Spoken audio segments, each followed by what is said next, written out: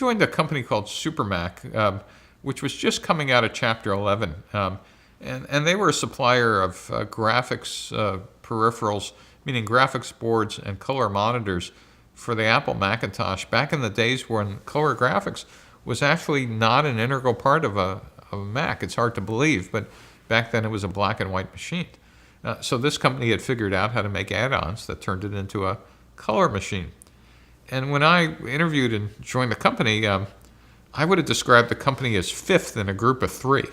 I mean, that's how, screwed up is the wrong word, but confused is probably a pretty accurate word. And I realized they were really confused, and I had a pretty interesting job ahead of me, is when I was just coming back into the company to sign my acceptance paperwork. The head of Marcom grabs me in the lobby and says, listen, I know you're just here to sign the paperwork, but we're going to have some important decisions. I wondered if you could make one now before. Sure, Candace, how can I help you? Well, we're trying to, this is a big, expensive decision. Well, what's this? Well, this is the most important decision marketing's working on, right? Great. Well, what is it? Well, we're trying to decide whether we're going to spend $50,000 on this logo or this logo. I went, this is the most important decision marketing's working on? Well, yes. And I look at the two logos, and I swear to God, even till today, I couldn't tell you the difference.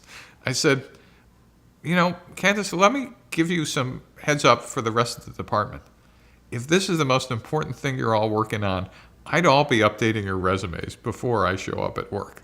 And that was the beginning of a very interesting first, I'd say, 3 weeks in this marketing group. There were 14 people there.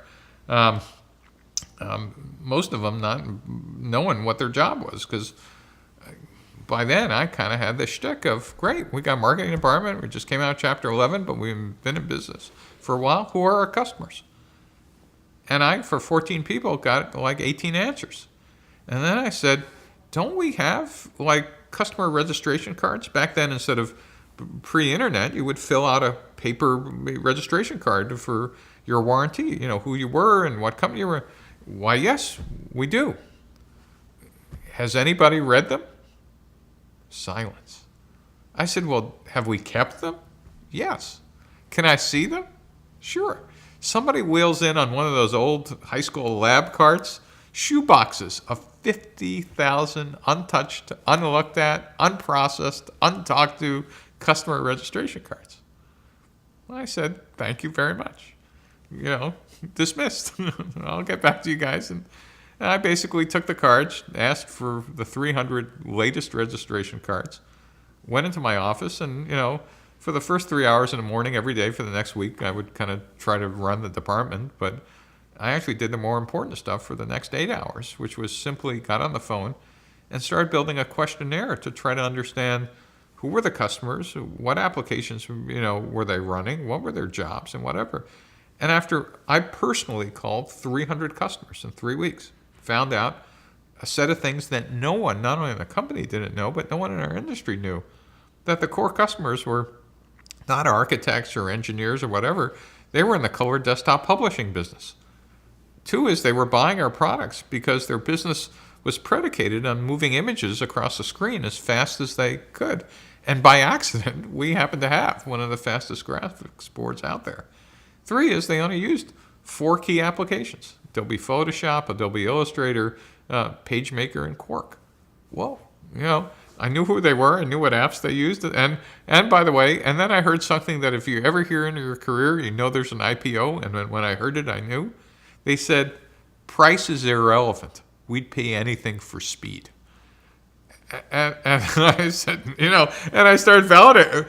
We'd pay anything, Steve. It's whether it's $100 or $5,000. It's our business. If you can make our, the way we do our job significantly faster, this is like a rounding error. And like, if you ever hear that, no one in my company had ever known that. Our ads were all over the place.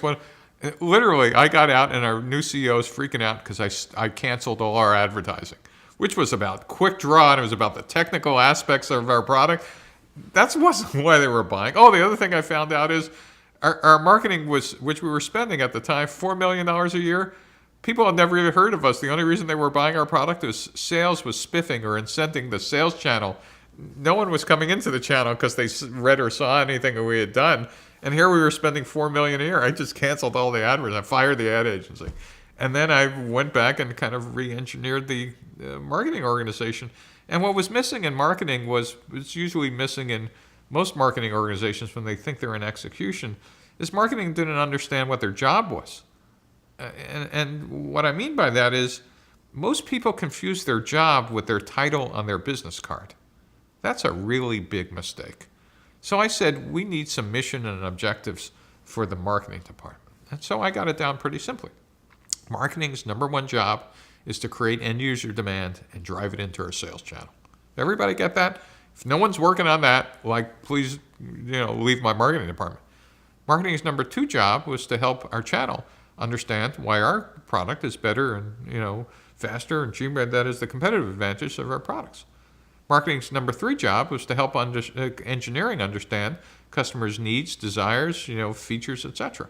And then I finally got all marketing to understand if you're not working on any of those three things, you're going to be looking for another job. Because if you can't correlate what you were doing to those missions, it ain't in the marketing department. And so very specifically, I went through each department. PR, what's your job? We send out press releases and answer the phone if the press calls.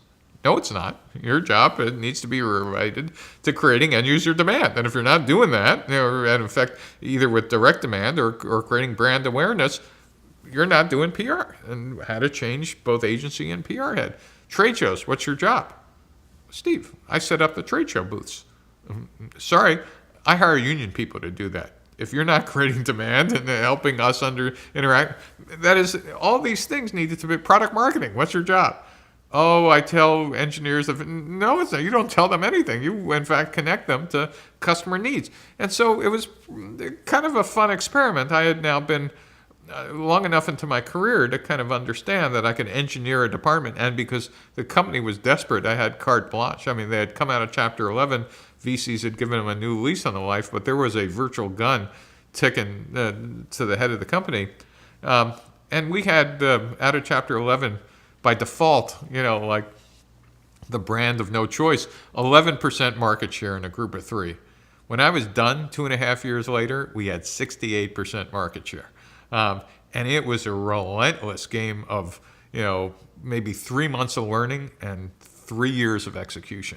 And that to me was kind of the most fun execution I did in taking a marketing department and turning it into a machine. It turned into a formidable machine by the time it was done in an industry where no one gave us any hope. And I used to love to do those types of companies where, I always used to say is too bad those bastards have us surrounded. They have no idea what they're in for.